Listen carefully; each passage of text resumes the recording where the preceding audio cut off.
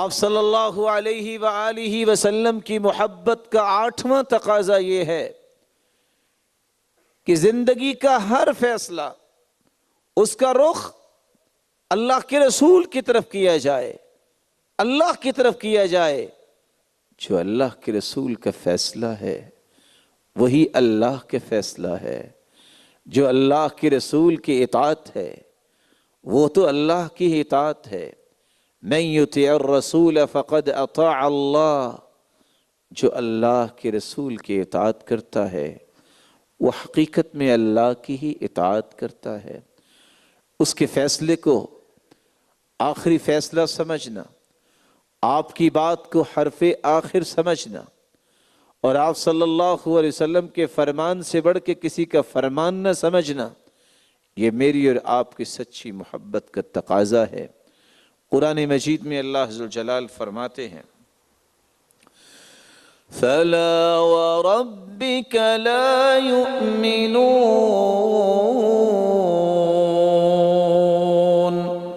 حَتَّى يُحَكِّمُوكَ فِي مَا شَجَرَ بَيْنَهُمْ ثُمَّ لَا يَجِدُوا فِي أَنفُسِهِمْ حَرَجًا مما قضيت ويسلموا تسليما۔ اللہ عز و جلال نے قرآن مجید کے اندر بہت ساری چیزوں کی قسم اٹھائی ہے۔ 3 جگہوں پہ اللہ عز و جلال نے اپنی کبریائی کی قسم اٹھائی ہے، اپنی جلالت اور عظمت و تقدس کی قسم اٹھائی ہے۔ ان 3 قسموں میں ایک قسم یہ بھی ہے فَلَا وَرَبِّكَ لَا يُؤْمِنُونَ، اے میرے محبوب تیرے رب کی قسم، یعنی مجھے میری عزت و جلالت اور تقدس و عظمت کی قسم، اس وقت تک مومن نہیں کوئی ہو سکتا۔ کب تک؟ حَتَّى يُحَكِّمُوكَ فِي مَا شَجَرَ بَيْنَهُمْ، جب تک تیری بات کو حرف آخر نہ مان لیں۔ میرے نزدیک تو مومن ہی نہیں۔ اس سابقے لاحقے لگانے کا شوق تو ان کو ہوگا کہ فلاں نے پی ایچ ڈی کی ہے، فلاں کچھ پڑھا ہے، فلاں نے تو یہ پڑھا ہے۔ جب تک وہ میری بات کو حرف آخر نہیں سمجھتا، رسول اللہ صلی اللہ علیہ وسلم نے فرمایا اس وقت تک تو اللہ نے اس کے بارے میں کہہ دیا کہ وہ مومن ہی نہیں ہے، رب تعالیٰ کو اس کا ایمان پسند ہی نہیں ہے۔ اس لیے دنیا میں کوئی جھگڑا ہو جائے، دین کے معاملے میں کوئی رائے کا اختلاف ہو جائے تو بات وہ مانی جائے گی جو رسول اللہ صلی اللہ علیہ وسلم نے فرمائی ہے۔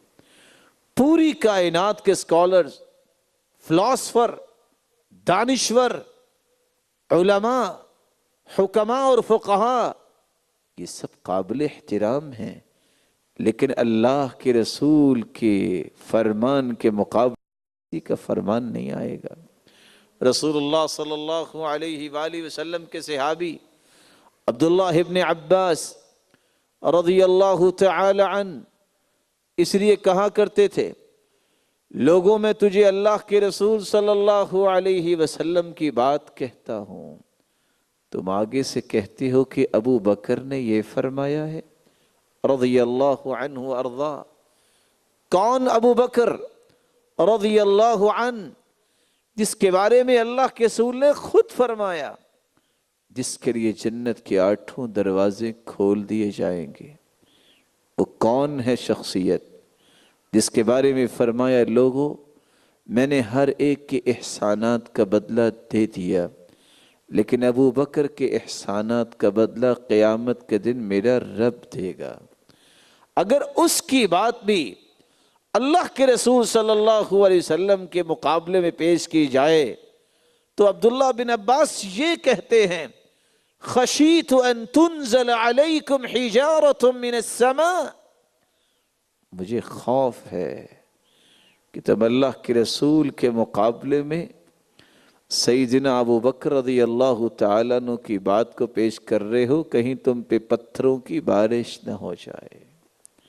اللہ کے رسول صلی اللہ علیہ وسلم سے सच्ची मोहब्बत का तकाजा ये है, जिंदगी में कोई भी ऐसा फैसला, कोई भी ऐसा मसला जिसमें अल्लाह के रसूल की हदीस आ जाए, उस वक्त हदीस को लिया जाएगा, किसी और चीज़ को तस्लीम नहीं किया जाएगा।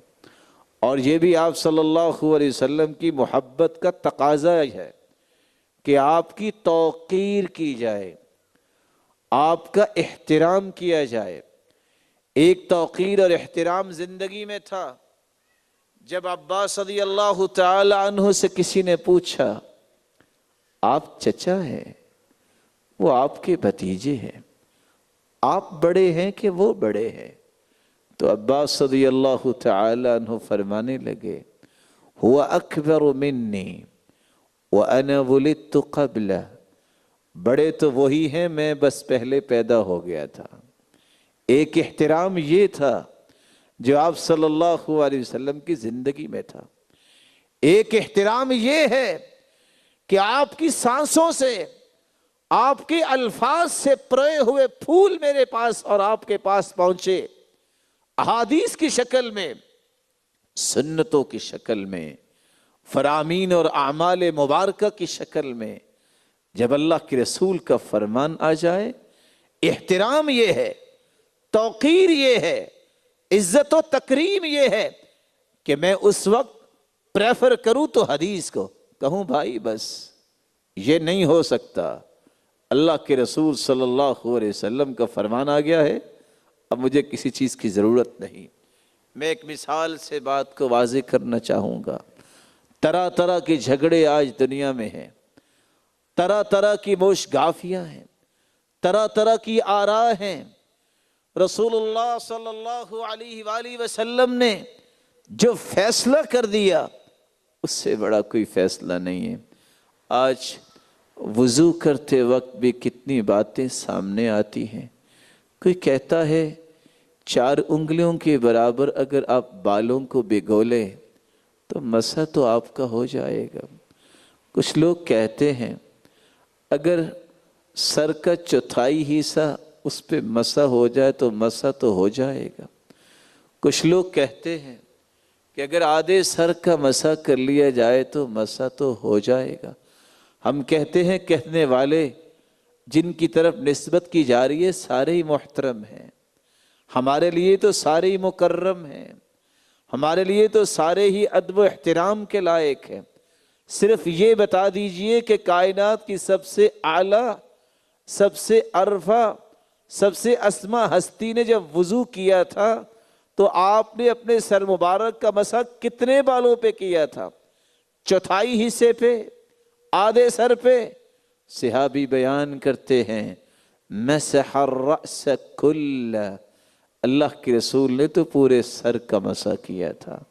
बदअ बिमुक़द्दम रअसी सुम्मा ज़हब बिहिमा इला क़फ़ाहु, आपने अपने चेहरा मुबारक को धोने के बाद जब मसे का वक्त आया तो सामने से शुरू किया, दोनों हाथों के साथ गुद्दी तक ले गए।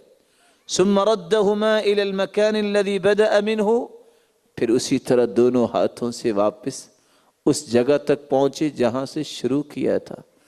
मेरे मुअज़्ज़ज़ भाई, तेरी सच्ची अगर मोहब्बत है अल्लाह के रसूल के साथ तो ये तो सोचो, अल्लाह के रसूल के सहाबी ये कह सकते थे कि मसह शत्र रअस, अरबी तो उनको आती थी, वो तो साहिब जुबान थे, वहां शतर के लफ्ज भी आ सकते थे, रुब और रअस के अल्फाज भी आ सकते थे, वहां मसह रअस कुल्ला, कुल के अल्फाज क्या बताते हैं?